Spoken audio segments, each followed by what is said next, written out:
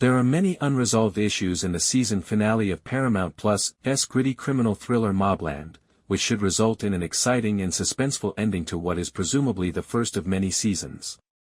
Conrad and Maeve Harrigan were arrested by the police on suspicion of murder at the end of episode 9, which may hasten the Harrigan/Stevenson conflict. Richie could undoubtedly make his move against the rest of the Harrigan operation to permanently seize control of London now that the snake's head had been momentarily severed. The season finale of MobLand will have to deal with a number of character subplots that will change the show in addition to the main story about the drug and gun trafficking in London. Paddy Considine's Kevin Harrigan will surely have to cope with the consequences of the murder he committed, and Tom Hardy's Harry de Souza has never been in a more precarious position than he is right now. There are a number of popular hypotheses regarding the resolutions of different subplots, and the forthcoming season finale is almost certain to address some of the more fascinating of them. Bella's plan comes to fruition. The endless setup surrounding Bella Harrigan's scheme with her politically connected father is one of MobLand's most frustrating subplots. As we approach the season's last episode, we still don't know what exactly she's plotting towards, but thus far, we've seen her interact with her father and Antoine, the enigmatic Frenchman who represents a Syrian arms dealer, with the ultimate goal of persuading said arms dealer to meet with the UK Home Secretary. What we don't yet know is why Bella wants the sit-down to happen so desperately, and Harry has repeatedly warned her against it. She's obviously in over her head, as she's already had to have Harry save her once after Antoine tried to gain leverage over her. The season finale just needs to address Bella's plan and how it fits into the larger story. If it does at all. Kevin's other brother is revealed. Theories on who Maeve might be talking to and why it made Kevin angry have been circulating ever since she made a remark about Kevin's other brother at the end of episode 8. The most widely held belief is that Eddie, Kevin's son, is actually Conrad's son with Bella, making him Kevin's half-brother rather than his son. This notion is further supported by the fact that Eddie and Conrad have very similar personalities and Kevin does not, as well as by Kevin's repeated outbursts when Rusby brought up the topic of children. Whether Eddie is Conrad's son or not will have to be addressed in the series finale because there have been enough hints raised thus far. I think we will find out why Kevin would agree to such an arrangement, and it looks like the notion will be verified soon. The entire matter may not be settled in the season finale, but we are certainly in for a surprise or two regarding Eddie's parentage and Kevin's family. Alice and Tattersall's scheme backfires. There's something wrong with Tattersall's plan to have Alice steal DNA from the Harrigans so that it can be planted later to convict them once and for all. It seems strange that he would put Alice through the risk of going into the Harrigans' manor to steal DNA if his plan was to give them to Richie as soon as they're in lockup, as Richie requested.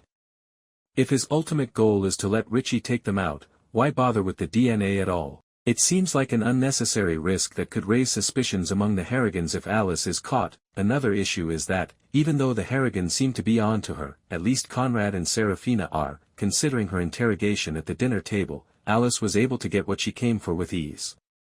As Conrad extinguished his cigar in one of Maeve's empty drinking glasses, the two of them even managed to neatly stack their DNA in a single grab. It appears that the Harrigans are the ones scheming Tattersall and Alice, not the other way around. As Harry continues to release her with the DNA samples even after catching her red-handed, Jan tries to leave Harry. Harry's job has caused Jan and Gina to endure unimaginable levels of stress for no fault of their own, and it appears that the armed police raid in episode May 9th be the tipping point for January. Gina is now directly in danger due to the war with the Stevensons, and Harry's role in it.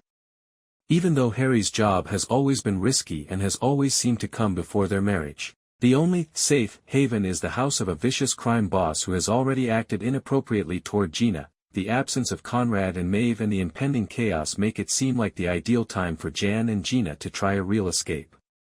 The problem is that, because of their connections to Harry and the Harrigans, both are still very much on Richie Stevenson's list of targets, so even if they leave the Cotswolds, they will still be in grave danger. Whether they really manage an escape or not, it seems that Jan will at least make some type of an attempt, or at the same least make her plans known to Harry. The identity of the rat is confirmed. There is still a rat to be discovered, even if the truth about Maeve's collaboration with Richie about the kidnapping of Brendan and Serafina and the anonymous police call regarding Archie Hammond's death was eventually exposed. When it comes to the London fentanyl game, someone in the inner ring of the Harrigan criminal organization has been giving Richie information and trying to influence Conrad. Although the identity of the rat was alluded to in episode 9, no official confirmation has been made as of yet. There is still a big question to be answered, though. If Harry knows who the rat is, why hasn't he exposed her yet? As usual, Harry is probably 3 steps ahead of everyone else when it comes to what he's got planned for the rat. The most likely candidate is still O'Hara, and it looks like Harry is on her. Her name would have been the one that led to Freddy's death at Harry's hands, and the season finale will undoubtedly witness her true intentions revealed to everyone. Conrad and Maeve finally face Richie. Following their arrest, Conrad and Maeve were on their way to some kind of lockup. They cheerfully sang their way into the police cars while wearing handcuffs, probably thinking that O'Hara would swiftly free them. They are unaware that Tattersall now has the power to keep them imprisoned and still allow Richie to enter through the back door. In the season finale, Richie should confront Conrad and Maeve after all the murder and vitriol. Unless Helen Mirren and/or Pierce Brosnan have other obligations, it doesn't seem likely that they will be slain in the first season. That suggests that someone is protecting them from Richie's wrath, most likely Harry and Kevin.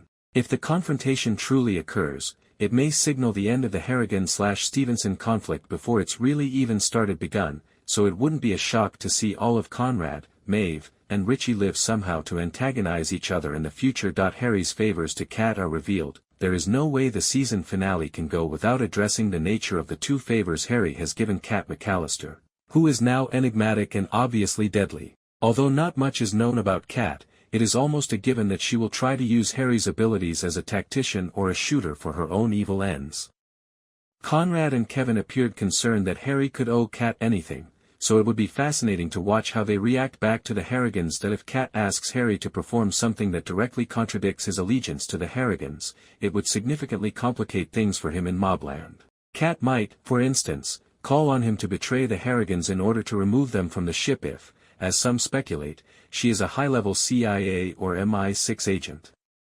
She may ask Harry to kill one or all of the Harrigans in order to accomplish her own agenda, as Conrad and Kevin's experience with her suggests that she is more criminal than law enforcement.